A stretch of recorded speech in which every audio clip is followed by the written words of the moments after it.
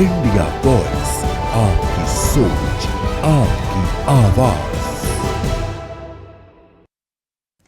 नमस्कार, India voice देख रहे हैं आप और मैं हूं आपके साथ प्रज्ञा मिश्रा। बुलेटिन की शुरुआत करेंगे बड़ी और अहम खबर के साथ। तो सबसे पहले बात कर लेते हैं अयोध्या से जुड़ी इस वक्त की बड़ी खबर। आपको बता दें, राम मंदिर की प्राण प्रतिष्ठा के 2 वर्ष पूरे हो चुके हैं। 22 जनवरी को रामलला की प्राण प्रतिष्ठा हुई थी। आज के दिन ही रामनगरी में खुशी का माहौल देखने को मिला था।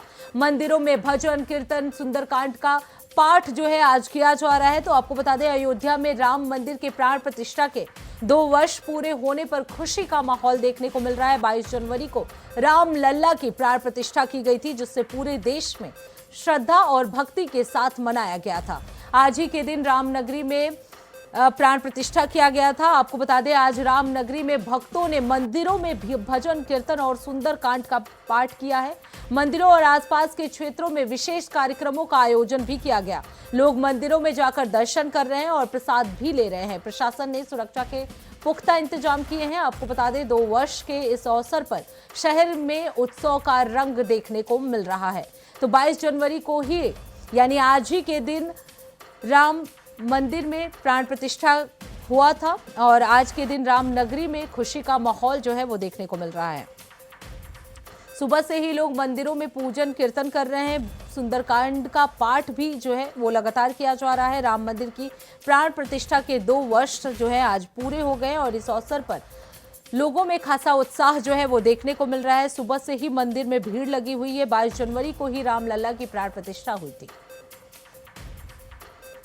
तो रामलला की प्राण प्रतिष्ठा के 2 वर्ष पूरे होने पर शहर में खुशी का माहौल जो है वो देखने को मिल रहा है। आज के दिन रामनगरी में खुशी का माहौल है। मंदिरों में भजन कीर्तन सुंदरकांड का पाठ हो रहा है। प्रशासन भी पूरी तरह से मुस्तैद नजर आ रहा है। सुरक्षा के पुख्ता इंतजाम किए गए हैं ताकि किसी प्रकार की कोई घटना ना हो। राम मंदिर की प्राण प्रतिष्ठा के 2 वर्ष पूरे होने पर पूरे शहर में खुशी का माहौल है।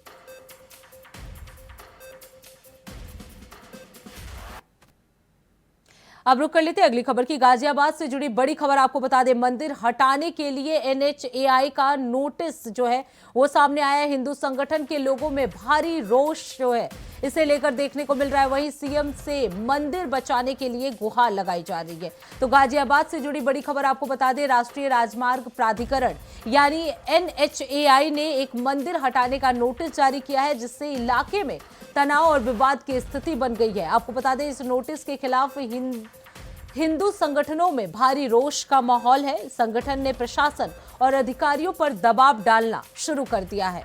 वहीं मंदिरों की सुरक्षा और संरक्षण के लिए लोगों ने मुख्यमंत्री से भी गुहार लगाई है। उन्होंने मांग की है कि मंदिर को हटाने के फैसले को तुरंत रोका जाए और धार्मिक भावनाओं का सम्मान किया जाए। मामला प्रशासन और प्रशासनिक अधिकारियों के लिए अब संवेदनशील बन गया है। तो गाजियाबाद में एक मंदिर को हटाने के लिए लोगों में खासा आक्रोश जो है वो देखने को मिल रहा है। उन्होंने सीएम योगी आदित्यनाथ से ये गुहार लगाई है कि मंदिर हटाने का जो नोटिस जारी किया गया है उसे तुरंत से रोक दिया जाए। अधिकारियों के लिए संवेदनशील ये मुद्दा बन गया है। हिंदू संगठन के लोगों में इसे लेकर रोष जो है वो देखने को मिल रहा है।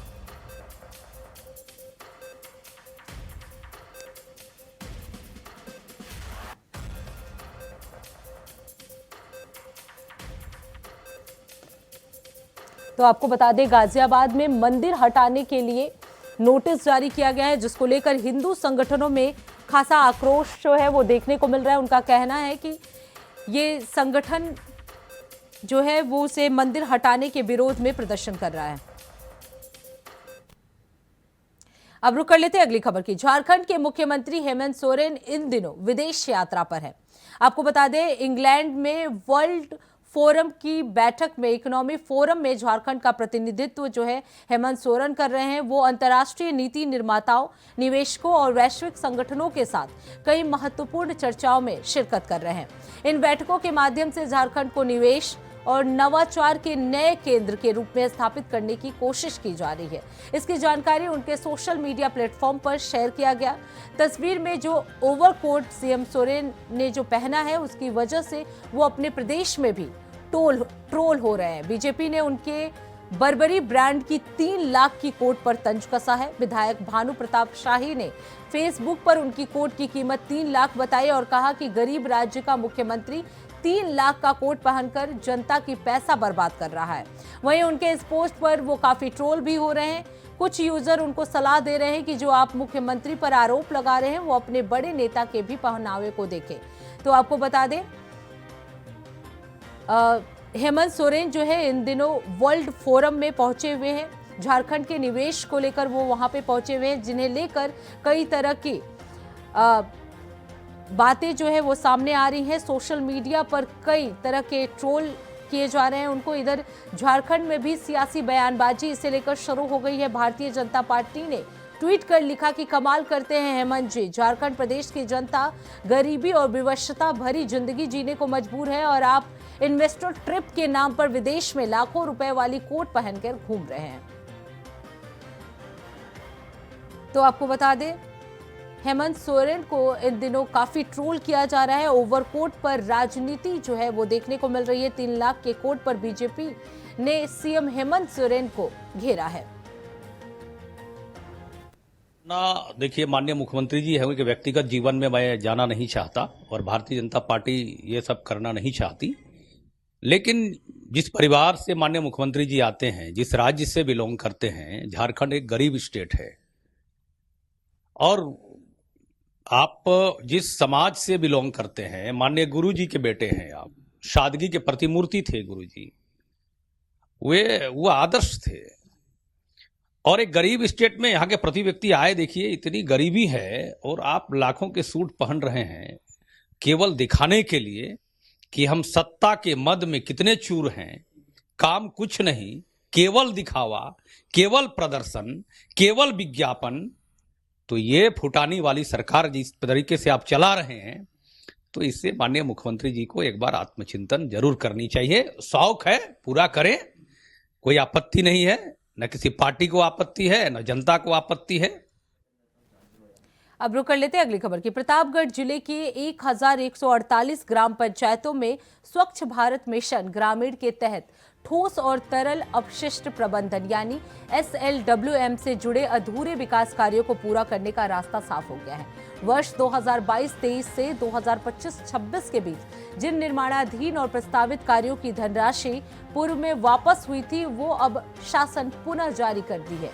लगभग 32 करोड़ रुपए की इस धनराशि से जिले में लंबित स्वच्छता कार्यों को गति मिल रही है। विकास शासन के निर्देश पर ग्राम पंचायत स्तर पर सचिवों द्वारा कार्य की समीक्षा की जा रही है। कार्य पूर्ण होने के बाद बिल, वाउचर और निर्धारित प्रक्रिया के अनुसार भुगतान किया जाएगा।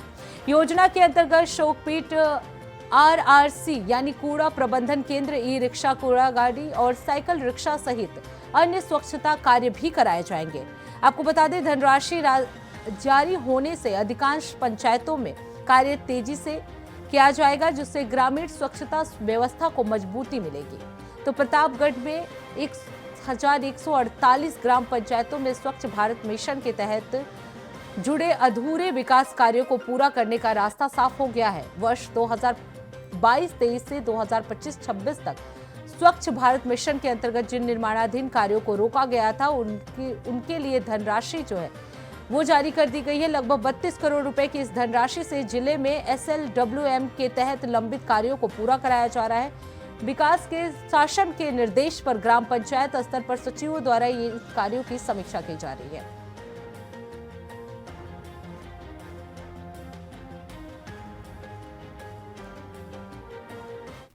ग्यारह सौ 48 गाँवों को 2021-22, 22-23 और 23-24 और 24-25 में सभी गाँवों को पैसा क्रमबद्ध रूप से दिया गया था, जिसमें से 23-24 और 24-25 की ग्राम पंचायतें जो 31 मार्च तक धनराशि खर्च नहीं कर पाई, वह धनराशि वापस हो गई थी। पुनः वह धनराशि रिलीज हो गई है और संबंधित ग्राम पंचायतों को ये निर्देशित किया गया है, सचिवों को, कि आपकी कार्य योजना के अंतर्गत जो कार्य बचे हुए हैं उन कार्यों को कराते हुए उसका बिल, वाउचर, फोटोग्राफ और उस कार्य की गुणवत्ता का परीक्षण करके रिपोर्ट प्रस्तुत करें, ताकि उसको SNA एक्सपर्ट्स के माध्यम से भुगतान की कार्रवाई की जा सके।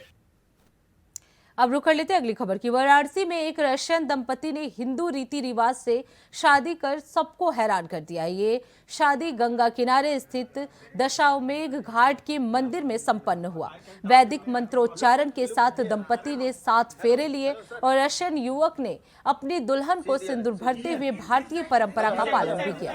दंपति ने भारतीय परिधान पहनकर हिंदू रीति रिवाज के अनुसार विवाह संपन्न किया। आपको बता दें, शादी के दौरान दोनों ने भगवान शिव और हिंदू धर्म से प्रभावित होकर ये अनोखा कदम उठाया। रशियन युवक और युवती दोनों ही रशिया में व्यापारी हैं और भारतीय संस्कृति के प्रति आकर्षण के कारण उन्होंने ये विवाह हिंदू परंपरा के अनुसार करने का निर्णय लिया। विवाह समारोह में दंपति बेहद खुश नजर आए और स्थानीय लोगों ने भी इस अनोखे शादी का उत्साहपूर्वक स्वागत किया। इस शादी ने वाराणसी की सांस्कृतिक विविधता और वैश्विक आकर्षण को फिर से उजागर कर दिया है। I like Indian culture and I saw many times dreams with Parvati, and I think that I need to marry in Indian culture. How you choose Varanasi place? Why? Because it's very interesting, important city from India. Many holy city. Very big Shiva power. अब रुक कर लेते हैं अगली खबर की। Chinese मांझे का खतरा लगातार बढ़ता जा रहा है। आपको बता दें, मेरठ के दिल्ली रोड पर दुपहिया वाहन से जा रहे एक युवक की गर्दन चाइनीज मांझे से कट गई, जिससे वो गंभीर रूप से घायल हो गया है। घायल को अस्पताल में भर्ती कराया गया, जहां उसकी गर्दन में 12 टाके आए और हालात नाजुक बनी हुई है। घटना के बाद मेरठ पुलिस ने चाइनीज मांझे के खिलाफ सख्त अभियान चलाया है। खैर नगर समेत कई बाजारों में छापेमारी कर दुकानदारों से पूछताछ की गई और प्रतिबंध की भी जानकारी ली गई। पुलिस ने चेतावनी दी है कि चाइनीज मांझा बेचने या रखने वालों पर कड़ी कार्रवाई की जाएगी। बसंत पंचमी को लेकर लगातार पतंगबाजी परचम पर है। हर मार्केट में दुकानें सजी हुई हैं। पतंग की बात करें, मंजे की बात करें या डोर की बात करें, अब चाइनीज मांझे पर मेरठ प्रशासन ने लगातार देखा जा सकता है कि बैन लगा दिया है। अब कहीं भी चाइनीज मांझे की बिक्री या कोई पतंग उड़ाता हुआ मिले तो उस पर सख्त कार्रवाई के आदेश दिए गए हैं। हमारे साथ कुछ दुकानदार मौजूद हैं, उनसे बात करेंगे। क्या नाम है आपका? मेरा नाम मोहम्मद आसिफ है। आसिफ जी, देखा जा सकता है कि हर बार की तरह इस बार भी चाइनीज मांझे को पूरी तरीके से बैन कर दिया है। लगातार हर बार घटनाएं देखी जा सकती थी, किसी की गर्दन कटती है, किसी का हाथ कटता है, तो कई घटनाओं में अपनी जान भी गंवा चुके हैं। क्या कुछ कहेंगे इसको लेकर? इसमें सबसे पहले प्रशासन ने बहुत ज्यादा सख्ती की है और चाइनीज मांझा बंद होने से हमारी सादे मांझे की जो स्पेशल मांझा बिकता है उसकी दुकानदारी बहुत ज्यादा बढ़ गई है। अब पब्लिक मांग भी नहीं रही चाइनीज मांझा, जिससे कहा जा रहा है कि भाई आम आदमियों को बहुत ज्यादा इससे नुकसान है। तो इस चक्कर में, इस वजह से कोई भी अब चाइनीज मांझा मांग भी नहीं रहा, बेच भी नहीं रहे। अच्छा, पीछे से ही मांझा नहीं आ पा रहा? नहीं, बिल्कुल नहीं है। पूरी मार्केट में कहीं आपको एक मिल ही नहीं सकता कहीं भी। अच्छा, आपको उससे पहले भी पुलिस प्रशासन ने आकर के अवगत कराया था या कोई नोटिस दिया था? पूरे प्रशासन यही आया था, एक दुकानों पर वो छापेमारी कर गए हैं, कहीं कोई मांझा उन्हें नहीं मिला, ना कोई बेच रहा है। क्या कहेंगे, चाइनीज मांझे का बैन होने से आपको भी कुछ फायदा हुआ है या नुकसान हुआ है? हमारे चाइनीज मांझा बैन होने से हमें फायदा है कि हमारा जो बरेली का मांझा होता है उसकी बिक्री काफी बढ़ गई है। कोई अब चाइनीज मांझा मांग भी नहीं रहा है। कुछ हमारे साथ कस्टमर भी हैं, मौजूद है यहाँ पर, ये मांझा लेने आए हैं। क्या कुछ कहेंगे? चाइनीज मांझा पूरे शहर में बैन कर दिया गया है। हमें चाहिए भी नहीं था, उससे लोगों का, हमारे भाई का खुद हाथ कट चुका था उससे मंजे से, और हमारे भाई की नाक भी कटी हुई है, हमारे पड़ोसी है उसकी भी नाक कटी हुई है, इसलिए सादा मंजा लेने के लिए आए हम। उससे देखा जा सकता है कि पक्षी, बहुत सारे पक्षी होते हैं वो भी कट जाते हैं और कहीं जो है अपनी जान अभी तक गंवा चुके हैं इस मांझे के चक्कर में। किसी गर्दन कट जाती है, हर साल ये हादसे होते हैं। इस बार भी हुआ है। हाल ही में कल कंकरखेड़ा क्षेत्र में एक लड़के की गर्दन कट जाती है, 12 टाके आए, हालांकि वो बच गया। क्या कुछ कहेंगे? सर, ये तो बहुत अच्छा है कि चाइनीज मंजा बंद हो चुका है। हम तो यही चाहेंगे कि आगे को मिले भी नहीं है और बिके भी नहीं मंजा हो। आप क्या कुछ कहेंगे? बहुत अच्छा करा प्रशासन ने बहुत मेहनत करी है चाइनीज मंजा न बेचने पे, और सब दुकानदारों ने, किसी ने चाइनीज मांझा नहीं रखा और अपना हिंदुस्तान का मंजा बिक रहा है और कारोबार बहुत अच्छा रहा है इस बार। तो देख सकते हैं यहाँ कि मैं अपने कैमरामैन से कहूंगा कि पीछे से दिखाई, पूरी मार्केट है। यहाँ पर चाइनीज मांझे से लेकर के सारे मांझे यहाँ पर मिलते हैं और खास तौर से दुकानदारों का कहना है कि अब जो बरेली वाला मांझा होता है, जो कांच से बना होता है, वो मांझे की बिक्री अब तेज है। मार्केट में पहले ही प्रशासन ने हर दुकानदारों को अवगत करा दिया था कि अगर चाइनीज मांझा बेचा या कहीं पकड़ा गया तो उसको बंद कर दिया जाएगा और उसके बाद उस पर सख्त कार्रवाई भी की जाएगी। कैमरामैन मोहसिन खान के साथ मैं शाहरुख रफी, इंडिया वॉइस मेरठ। अब रुक कर लेते हैं अगली खबर की। बाराबंकी के सूरतगंज ब्लॉक के अब्दुलपुर मंजरे में मौसंडी गांव में बुधवार शाम एक किराना दुकान में भीषण आग लग गई। आग में दुकान में रखा करीब 50,000 रुपए नगद और लाखों रुपए का सामान जलकर राख हो गया। दुकान राम लोटन वर्मा का बताया जा रहा है, जो खाना बनाते समय कुछ देर के लिए घर गए थे। लौटने पर दुकान आग की लपटों में घिरी थी। ग्रामीणों ने करीब 1 घंटे की मेहनत से आग पर काबू पाया। फायर ब्रिगेड समय पर नहीं पहुंच सकी। गनीमत रही कि कोई जनहानि नहीं हुई। वहीं आग लगने के कारणों की जांच की जा रही है।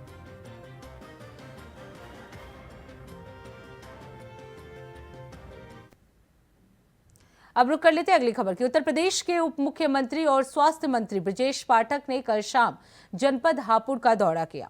आपको बता दें, उन्होंने जिला अस्पताल का औचक निरीक्षण कर स्वास्थ्य सेवाओं की स्थिति की जानकारी ली और मरीजों से मिलकर दवाइयों की उपलब्धता की भी जांच की।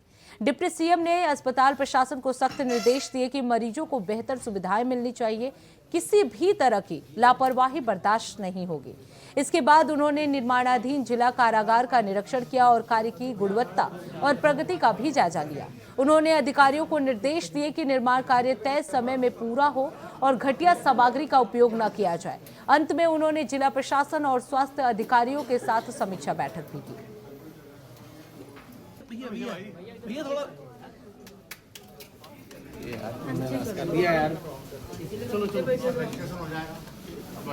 वहाँ से सैंपल यहाँ पर आएंगे, जो सैंपल वहाँ पर नहीं होंगे।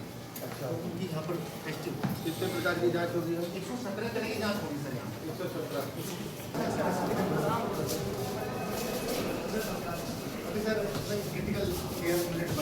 विभागों की बिंदुवार समीक्षा बैठक अभी जिला कलेक्ट्रेट में होगी। उससे पहले हमने कई योजनाओं का जो निर्माणाधीन हमारे प्रोजेक्ट है उनका निरीक्षण किया है। निर्माणाधीन जिला जेल का, निर्माणाधीन पुलिस बैरक्स का, पुलिस लाइन का, इसके अलावा डिस्ट्रिक्ट हॉस्पिटल का निरीक्षण किया है। इसके उपरांत हम पार्टी कार्यालय में जाकर पार्टी के कार्यकर्ताओं और जनप्रतिनिधियों के साथ बैठक करेंगे। फिर जिला कलेक्ट्रेट में हम जिला की सभी जो प्रोजेक्ट चल रहे हैं उनकी समीक्षा बैठक करेंगे। हापुड़ जनपद प्राथमिक एजेंडे में है। सरकार का मानना है कि हापुड़ जनपद का सर्वांगीण विकास हो, लॉ एंड ऑर्डर नंबर 1 पर रहे, और इस वजह से आज हापुड़ जनपद के प्रवास पर हम लोग निःशुल्क अच्छी से अच्छी सेवाएं मिले। हमने मरीजों से भी बात किया है, सीएमएस और सीएमओ को भी बात किया है, और जो भी आवश्यकताएं हैं जैसे चिकित्सकों के खाली पद की चिंता माननीय विधायक जी ने किया है, सीएमओ को और जिलाधिकारी महोदय को ये अधिकार हम आज देकर के जाएंगे। सभी पदों को वॉक इन इंटरव्यू के माध्यम से जिले में ही भरिए और शीघ्र से शीघ्र उसकी सूची शासन भेजे, शासन स्वीकृति देगा। हापुड़ जनपद के हर जरूरतमंद व्यक्ति को समय पर इलाज मिले, ये हमारी प्राथमिकता है। अब रुक कर लेते हैं अगली खबर की। लखनऊ में अटल बिहारी वाजपेयी के चिकित्सा विश्वविद्यालय के नए कुलपति के तौर पर डॉक्टर अमित देवगन को नियुक्त किया गया है। राज्यपाल आनंदीबेन पटेल ने इस नियुक्ति का आदेश जारी किया।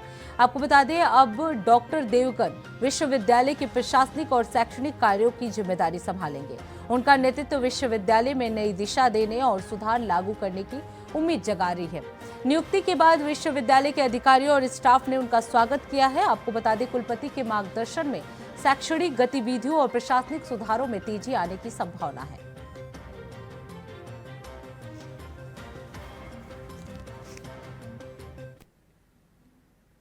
अब रुक कर लेते हैं अगली खबर की। बलिया में मतदाता सूची के पुनरीक्षण को लेकर जिला प्रशासन ने बड़ी कार्रवाई शुरू कर दी है। आपको बता दें, चुनाव आयोग के निर्देशानुसार मतदाता सूची को शुद्ध और पारदर्शी बनाने के लिए जिले के 7 विधानसभा क्षेत्रों में जांच कराई जाएगी, जिसमें 1.25 लाख से ज्यादा ऐसे मतदाता सामने आए हैं जिनकी लोकेशन तकनीकी रूप से मैप नहीं हो पा रही है।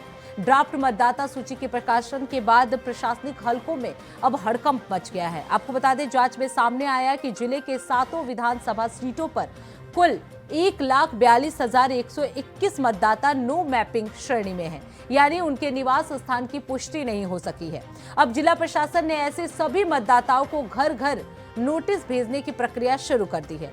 जिला अधिकारी मंगला प्रसाद सिंह ने साफ कहा कि फर्जीवाड़े की किसी भी गुंजाइश को खत्म करने के लिए नोटिस चस्पा जैसी सख्त प्रक्रिया अपनाई जा रही है। 1,42,121 ऐसे इलेक्टर्स हैं जिनको नोटिस दी गई है और हमारे AROs उसका प्रॉपर तामीला कराने का प्रयास कर रहे हैं और फिर सुनवाई की तिथियां और स्थान निर्धारित हो रही है। AROs और EROs उसकी सुनवाई करेंगे और सुन करके फिर उचित आदेश पाएंगे। अब रुक कर लेते हैं अगली खबर की। कानपुर से एक चौंकाने वाला मामला सामने आया है, जहां कानून के डर की जगह दबंगई का प्रदर्शन देखने को मिला। यहां एक गैंगस्टर ने कोर्ट के कटघरे में खड़े होकर रील बनवाई और उसे सोशल मीडिया पर पोस्ट कर दिया।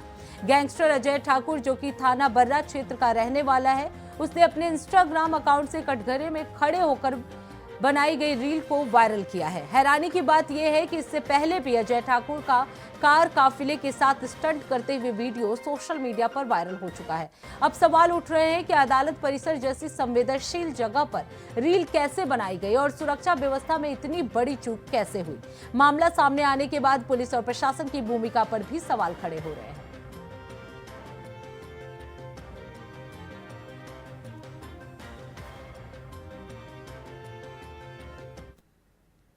अब रुक कर लेते अगली खबर की। खबर अमेठी से है, जहां तेज रफ्तार और नियंत्रित बाइक सवार ने एक कांस्टेबल को जोरदार टक्कर मार दी है। इस हादसे में जामो थाने पर तैनात कांस्टेबल राजनाथ सिंह गंभीर रूप से घायल हो गए हैं। बताया जा रहा है कि कांस्टेबल बाजार से सब्जी खरीदकर अपने कमरे पर वापस जा रहे थे, तभी जैस थाना क्षेत्र के कस्बा बाजार में तेज रफ्तार बाइक ने उन्हें टक्कर मार दी। हादसे के बाद मौके पर अफरा तफरी मच गई। स्थानीय लोगों की सूचना पर पुलिस मौके पर पहुंची और घायल कांस्टेबल को तत्काल जिला अस्पताल लाया गया। फिलहाल पुलिस मामले की जांच पड़ताल में जुटी हुई है और बाइक सवार की तलाश जारी है।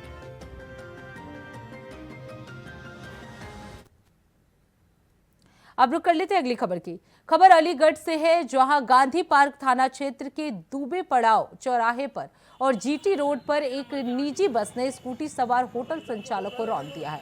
हादसे में बस पीड़ित के पैरों पर चढ़ गई, जिससे दोनों पैर गंभीर रूप से घायल हो गए। वहीं पैर में फ्रैक्चर बताया जा रहा है। घटना के बाद मौके पर अफरा तफरी मच गई। सूचना मिलते ही पुलिस जो है वो मौके पर पहुंची और घायल को तत्काल जिला अस्पताल में भर्ती कराया गया है। फिलहाल पुलिस पूरे मामले की जांच कर रही है और आगे की कार्रवाई जारी है। होटल से सीधा घर ही जा रहे थे, तो मैंने बोला बड़े भाई भी बाहर से आए थे, उनको भी ले साथ में। तो ये एक्टिवा जैसी दो बड़ा पुल के लिए मोड़ा है, तो पीछे से बस आई है। बस वाले ये स्लिप हुए हैं, बस वाले ने बस में ब्रेक ना लगा तो पूरा बस इनके ऊपर चढ़ा दी, जिससे उसके एक पैर में फ्रैक्चर और एक पैर में पूरा मांस पूरा फट चुका है। दुबे बड़ा पुल पर अपने हाथ पे थे, सीधे पर लेफ्ट हैंड पर। एक्टिवा भाई बैठे हो तो बड़े भाई पीछे मुकेश वर्मा जी। जी। तो ये कहाँ क्या काम करते हैं? होटल है अपना बस स्टैंड पर। तो इसी के साथ इस बुलेटिन में बस इतना ही। देश दुनिया की तमाम बड़ी खबरों के लिए देखते रहिए इंडिया वॉइस। तब तक के लिए नमस्कार।